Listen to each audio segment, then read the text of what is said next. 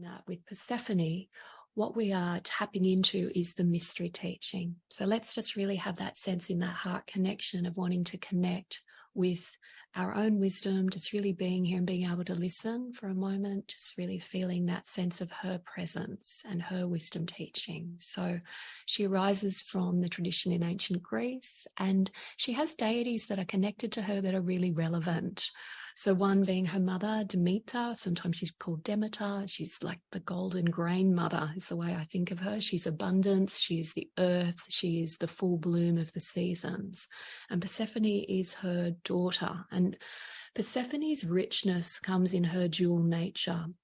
So in the first part of Persephone's story, she manifests what I would call the unique, untarnished sovereignty that we have within us. Persephone is the soul's symbolic purity.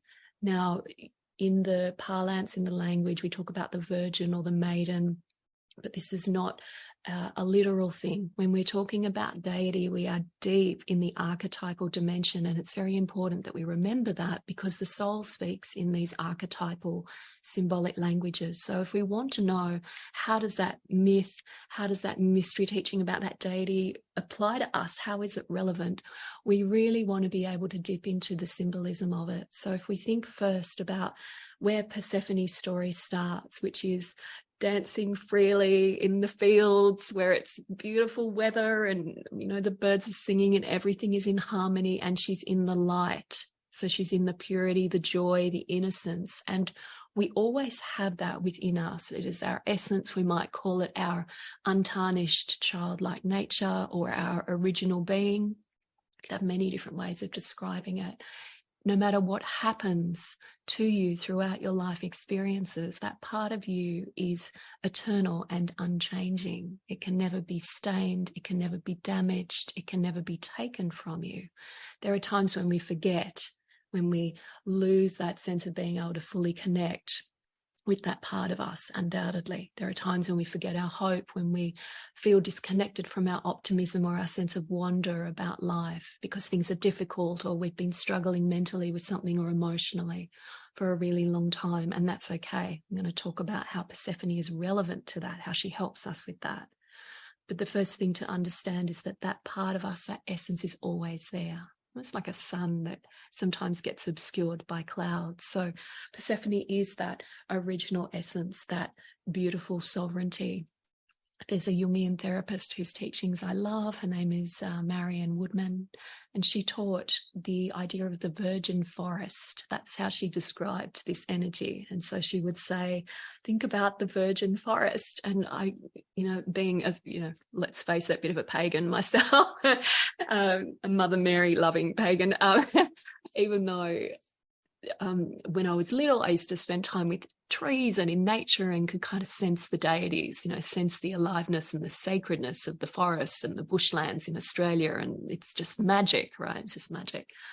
So the virgin forest, it was very easy for me to connect with that. And you might think about it too for a moment, somewhere in nature where you've been, where it might feel like maybe you could sense the memory of Indigenous people that have been there or are still there, but not easily seen. There's no one else there, just you and nature. And it's pure and it's powerful. And you feel like you are totally yourself in that moment, in that connection. And it's just magic.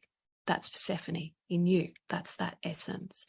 Now, the next part of the story is that Hades, the Lord of the Underworld. So this is where we get into the darkness, the realm of the dead, the realm that cannot be easily seen. It can be the place where there is shadow. It can be the ancestral inheritances that we aren't completely conscious of as yet. There might be some that are really beneficial. There might be some that are deeply wounded. It could be any kind of experience, a trauma, an accident, something that happens seemingly out of the blue. And all of a sudden we are taken from that place of that bliss and pulled into this world where we have to deal with so many things that we wouldn't have consciously chosen. And yet here we are. So it could be the pandemic that happened. It could be something more personal and individual. It could be a loss, a death, the ending of a relationship or a career. It could be anything at all. In that sense of being taken into having to deal with things that we wouldn't otherwise deal with. Now, the interesting thing with the relationship with Persephone and Hades is that what happens is that she becomes queen. So she goes from the virgin archetype of being completely self-sovereign, connected to her purity and whole within herself, to suddenly developing this relationship where she is partnered. So this is the other side of Persephone. This is the balance. The partnership is important. This doesn't, remember, we're talking symbolically, not literally here, because we're talking about deity. So the partnership may mean in your life that may show up as a physical partnership. It could be an inner partnership with a part of yourself that you had put to one side. It could be an outer partnership in a physical relationship with a romantic partnership or business or something very profound and destined. There's something about the Hades-Persephone dynamic that feels very karmic. It's very much about destiny. So it is whether you relate to the queen archetype or the king archetype, for example, but it's about stepping into the royalty. And think about that in the purest form. Royalty is service. It's not about power. I mean, it can be misconstrued in our confused thinking in the difficulties of the human world. We can get that confused. But in its essence, in its archetypal essence, the queen, for example, protects, guides, is benevolent, is the guardian, takes responsibility for the community around her. That is that energy. The gender you assign to it, it's kind of irrelevant. It's more about this part of us. Persephone holds this part of us that can move through difficult experiences, be pulled into something that we don't necessarily want to be in, and through that into the mystery of our life journey, and arise with a sense of, this is a purpose. This gives me a sense of presence. I see where I can take responsibility here, not only for myself, but perhaps for helping, being a light in my community, maybe expressing something, developing something within myself that allows me to step forward with a sense of this partnership. So partnership with the sacred, partnership with our own path, partnership with our own purpose, partnership with that deeper sense of who we are. And that may or may not also entail the outer manifestations, karmic connections, opportunities, pathways that open up in the physical world. When it happens internally, generally there'll be a reflection in the physical world, but we don't want to pin it on that. That's the kind of almost the thing that just happens as a result of the depth of this inner journey. Now, the beautiful thing with Persephone is not only that she moves us, reflects this intelligence within our own souls that can move from this state of this beautiful, intact, personal, introverted bliss state into this depth and confusion, and intelligently working with it to mature and develop and make something constructive from even the most difficult, might initially be quite a destructive thing. But through that, she then arises again. So this is where her mother, the energy of the divine mother as Demeter, comes into it, and the energy of the seasons. So Demeter in the story, in the myth, plunges the entire world into darkness because she's in mourning for her beautiful daughter. So we think about this again symbolically. When we lose connection temporarily with the light, with that original sense of ourselves playing in harmony in nature with the universe, and we're in the depth of our despair, we're in the depth of our suffering, it can feel like the light goes out in us and in the world around us. Many of us, I think, have been feeling this way when there is so much that humanity as a collective is processing. There's a lot of species self-hatred being processed at the moment. There's a lot of still really deep pain around issues to do with racism, with conflict around gender and biology, with confusion, with political discordance, trying to find our way to be in our truth and have a voice, and yet not use it as a hammer to try and hit people on the head, but actually figure out a way to be able to communicate and connect and develop a sense of friendship that is capable of holding the space for diversity and even conflict at times and dissonance without losing this fundamental harmonic love, respect, and compassion for each other. This is quite tricky, but this is our task. This is our task spiritually at this moment. So with this energy around Persephone, and Demeter, there is this kind of pull, and this is the pull in our own psyche. So when Demeter says, I will return to spring when my daughter arises, there is this sense of, for the natural flow of life, we have to be able to navigate. We have to be able to make the transition, not only from light into the darkness of whatever we're working with, but also know how to bring ourselves out of it. And that's tricky, because darkness is sticky, like fear. It can be sticky. There can be a subtle type of oppression, a kind of psychological oppression that we pick up and we take on from, can be anywhere, social media, our own belief systems, our own hormonal states can get affected as human beings by the energies of what's going on around us.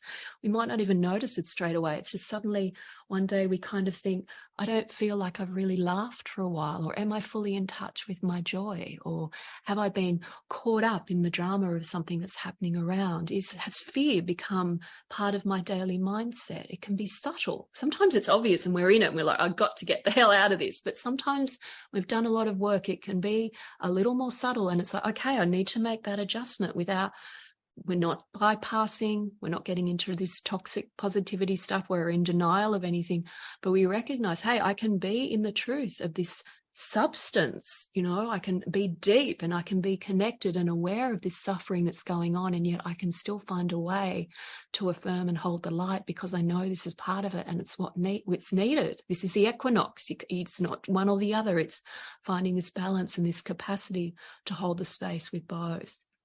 And because due to Demeter's demand, the Divine Mother's demand, you must come back to me. You must come back to joy. She arises again, comes back, and we go into spring. And then she spends part of the year going back into the depths with Hades as queen of the underworld. And this is her cycle.